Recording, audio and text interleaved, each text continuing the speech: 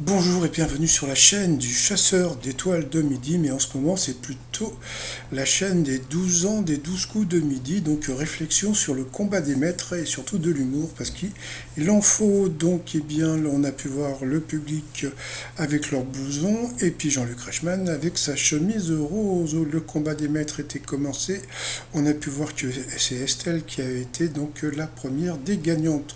Au coup d'envoi, donc bon, j'ai mis dans le désordre, hein, mais bon, bah, vous aviez donc Fabien le Belge, voilà, donc qui pour moi faisait partie de mes favoris aujourd'hui.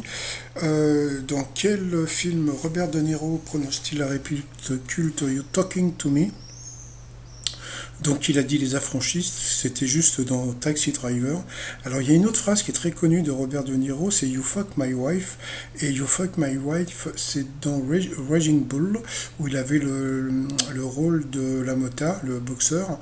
Donc, et souvent, bon, les gens confondent, pensent que c'est dans le même film, You're Talking to Me et You fuck my wife. Donc voilà, après donc vous aviez Laura, qui était une ancienne gagnante des 12 coups de midi, mais bon, on l'a vu quand elle était plus jeune, mais je suis désolé, je ne me rappelais pas de l'avoir vue à l'époque, peut-être que je ne regardais pas l'émission. Donc sa question: quel loisir la société StripChat offre-t-elle à ses employés durant leurs heures de travail? Eh bien, c'était une pause de plaisir solitaire, tandis que nous, en France, avec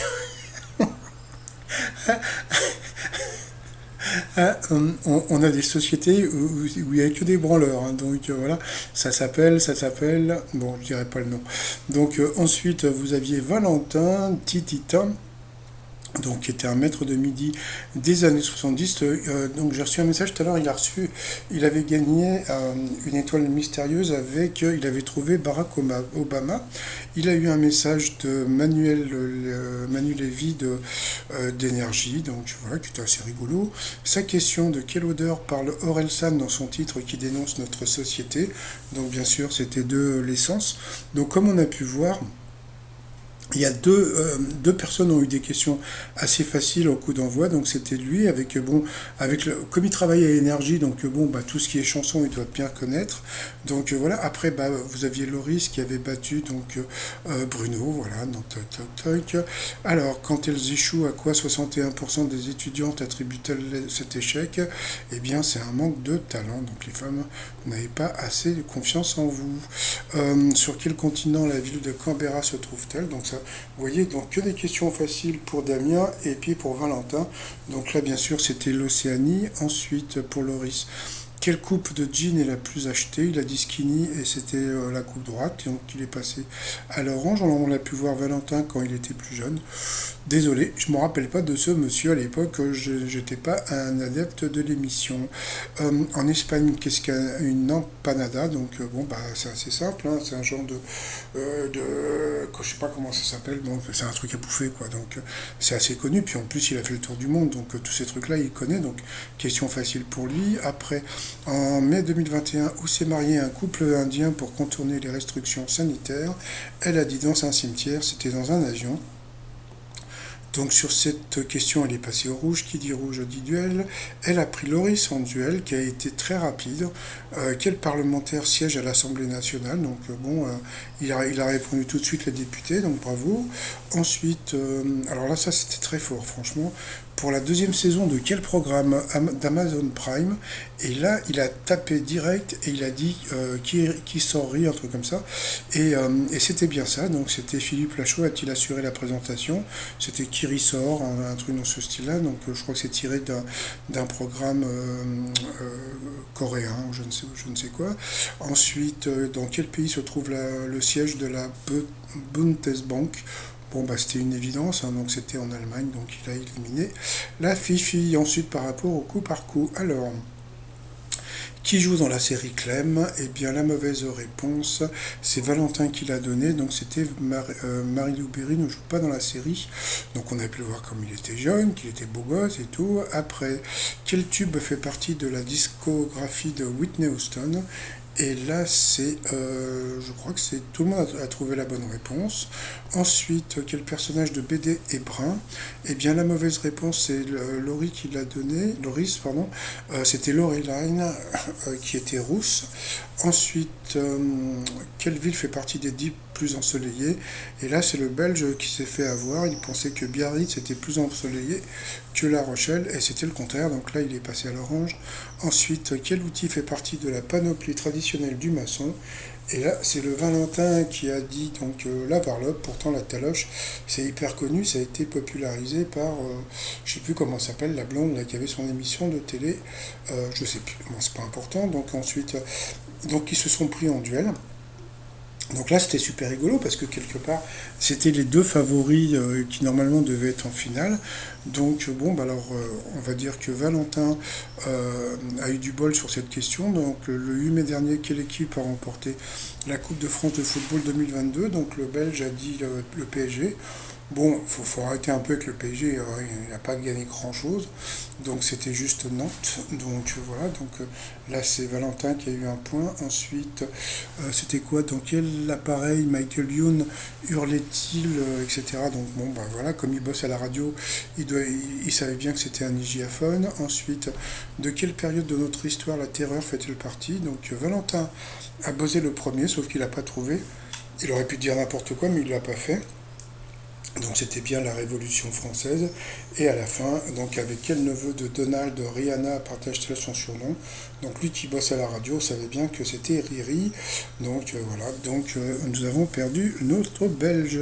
Donc bon, beaucoup de gens vont dire ah coup de tonnerre, Damien. Non non non, pas du tout, c'est pas un coup de tonnerre, c'était voilà quoi. Donc tant pis. Alors ensuite par rapport au coup fatal, alors qui va gagner donc entre Loris et Valentin? Alors dans quelle comédie musicale les Sharks et les Jets sont-ils rivaux? Donc c'était The West Side Story, d'accord. Après, question pour Loris, quel acteur français fut choisi pour présider le jury du Festival de Cannes 2022? Je crois que c'était, je sais plus son nom, là, le mec qui joue toujours dans des films avec des immigrés, là, comment il s'appelle? Bon, c'est pas important. Donc bon, il l'a pas trouvé. Ensuite, comment appelle-t-on les points de jonction d'élèves? Donc il n'a pas trouvé les commissures. Et puis après, quel était le surnom de Frédéric Ier, élu empereur de Saint-Empire romain germanique en 1152? Donc là, il a commencé à avoir plein de questions difficiles, le Loris. Dans la chanson de Claude François, qu'est-ce qui est blond chez Belinda? Donc il a dit les cheveux, c'était le front. Et là, le front blond, Belinda. Quel nom de pastille servait de pseudonyme à l'actrice Anne-Charlotte Pontabry? Super dur, c'était Cachou. C'est très dur comme question pour lui. Donc voilà, ensuite, qu'est-ce qu'il y a eu? Quelles aventures de Tintin et la suite des 7 boules de cristal? Donc voilà, encore une question super dure pour lui. Au cinéma, comment s'appelle l'âne d'Antoinette dans les Cévennes? Je sais pas, lui non plus.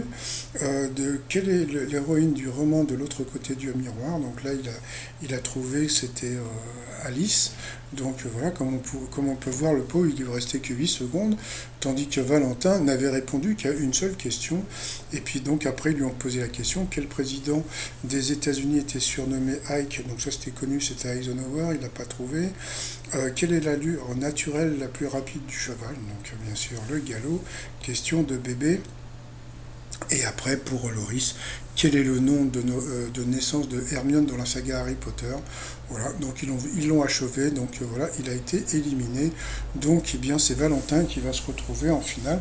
Mais comme je dis, donc bon, c'est les petites magouilles de l'émission, mais bon, comme le gagnant ne va rien gagner, voilà quoi, à part un trophée, on s'en fout un petit peu de leur petite magouille, mais bon, je pense que oui, c'est vrai que bon, bah, Valentin a l'air sympa, puis surtout si Manu Lévy passe sur le plateau, donc ça peut être sympa aussi. Donc voilà. Alors le truc était super bizarre, c'est qu'à la fin, donc bon, on a vu donc les 4 premiers finalistes, mais bon, depuis 2 jours, ils n'arrêtaient pas de nous dire, alors demain vous allez avoir, bah non rien, bah ils ne sont pas fait chier, donc bah pour demain, et ben on verra demain. Allez, pour finir, bah mes t-shirts, hein.